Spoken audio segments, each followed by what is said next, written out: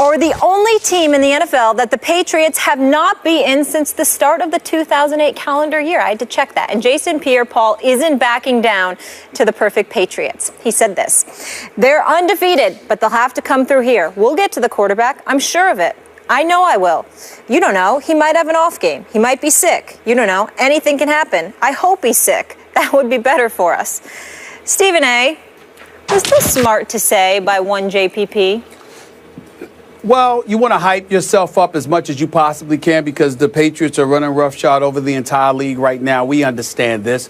You look at the New York Giants, they've got the 19th ranked defense. They're 31st against the pass, and it's primarily because of their inability to get to the pass rusher. If you're JPP, what you're doing is reminiscing about when the Giants beat the Patriots in the Super Bowl a few years back. Not just once, but twice. You're recognizing how you did that by getting to Tom Brady and making him tap dance in that pocket like the late, great Gregory Hines, God rest his soul.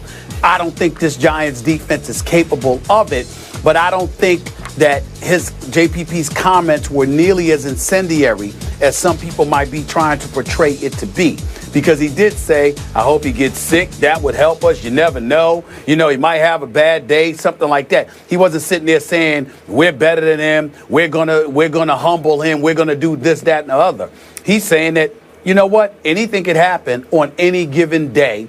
Let's hope he gets sick. Let's hope he's not himself. Let's hope he has an off day. So you're recognizing and appreciating the greatness of Tom Brady while not completely diminishing the hopes of the franchise that you play for. I can respect it. I understand where it's coming from. It will amount to nothing as far as I'm concerned because I give the Giants a little of a chance to win this particular game, even though this is one of the three potential losses that I think the Patriots could have. The Giants to a lesser degree, definitively on November 29th against the Denver Broncos, and quite possibly on December 27th against the New York Jets. I give the Giants the lesser chance of Denver and the Jets, but I did have one of those three games on my list that the Patriots could lose since they're coming to MetLife Stadium. They're going to be on the road, and they're playing against a Giants team that's capable of putting up points. I don't think they're going to win this game, but I don't blame JPP for saying what he said. I don't find it to be that incendiary or unwise. He's basically praying for a miracle, and he's saying, I believe it's possible. I can't knock him for that. I'll go you one better. I thought it was smart for him to say it. I would have encouraged him to say it if I were a teammate or a coach. And I'm now speaking to True Blue Giants fan Molly and Steelers Giants fan, Giants fan Stephen A. He's like 50-50. But I'm here to tell both of you, by the day, I get more scared about this game as a Brady fan. I'm not so much a Patriots fan as I am a Tom Brady fan. I'm starting not to love Tom Brady's chances in this game because I feel like the Giants are in the Patriots' heads. I feel like Eli is in Brady's head. I feel like Eli, and I told you two the other day, remember, Eli descended from NFL royalty. He knows his blood is bluer than Brady's blood. He sniffs at Brady and Belichick. Do you think he's intimidated? Do you think he's scared of them? He doesn't care. Eli's a Manning. And when it comes time against Tom Brady, the best quarterback in pro football, Eli continually out-Brady's Brady. Eli turns into Brady in crunch time. It's the craziest thing I've ever seen. It is spooky crazy. It is eerily similar how game after game, Eli has been Brady late. He's trumped Brady with Brady-esque greatness. It's happened again and again. I remind you, the last regular season game. Remember this one? It was November 6, 2011. I was with the First Take staff. We were at San Antonio at Fort Sam Houston for Veterans Day, so we watched it as a staff together. And it was the craziest finish you'll ever see because Brady threw it to Gronk late for a touchdown from 14 yards, and it looks like, once again, Brady had done what Brady does. So there's a minute and a half left. Eli gets the ball backed up to his own 20, and he goes 80 yards against Belichick's defense. And with 7 seconds left, Eli hit Jake Ballard, third and goal from the 1 yard line for a touchdown, and they pull it out. It's like, how did you, that was Eli out-Bradying Brady. And we know what happened, especially in the first Super Bowl.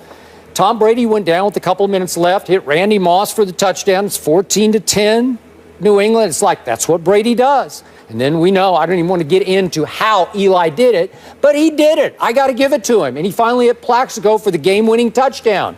So why shouldn't JPP say this? Because he's speaking from a position of strength. And again, to your point, Stephen A., obviously the Giants' defense right now, Molly, it's not nearly what it was in either of the Super Bowls, especially the first Super Bowl. Definitely it's just not. Okay? But somehow, let's say Brady puts up 38 on Sunday, okay? 38. Now, it's at the Giants. Watch Eli put up 39. I mean, he's capable. He is capable with his weapons. You know, obviously, Odell and Randall.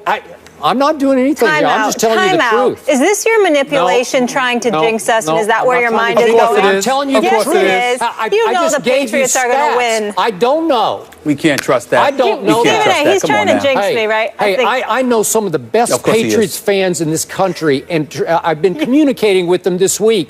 They are scared of this game because in the past they haven't been afraid of Eli, and all of a sudden they're saying, maybe Eli's got their number. Maybe it's a hex. It's some Eli jinx where he goes out there and says, what will go wrong for them will go wrong. What can go wrong will go wrong. And for me, what can go right will go right. Do I not have history on your side? You do, but the Giants aren't that good this year. Oh, they're just not that good. But Eli, I got to tell you, Eli's been pretty great this year. I know, but I still think the Patriots are going to win this. Okay, so Molly, the case is closed because Molly has stated for the record that my Patriots will beat her Giants. Yes. It's overdone. They don't even need to play the game. That's where we are.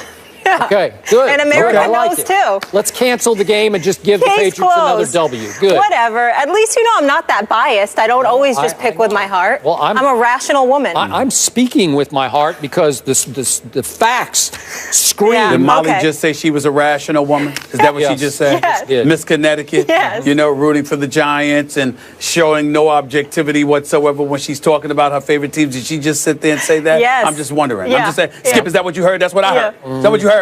Yeah. Okay. We're all clear on it. All right. All right, let's move on. Yes. Jeff Van Gundy makes some critical comments about Dallas fans. You love Mollywood, Stephen A. Take a trip. Find out what he had to say about DeAndre Jordan and Greg Hardy when we come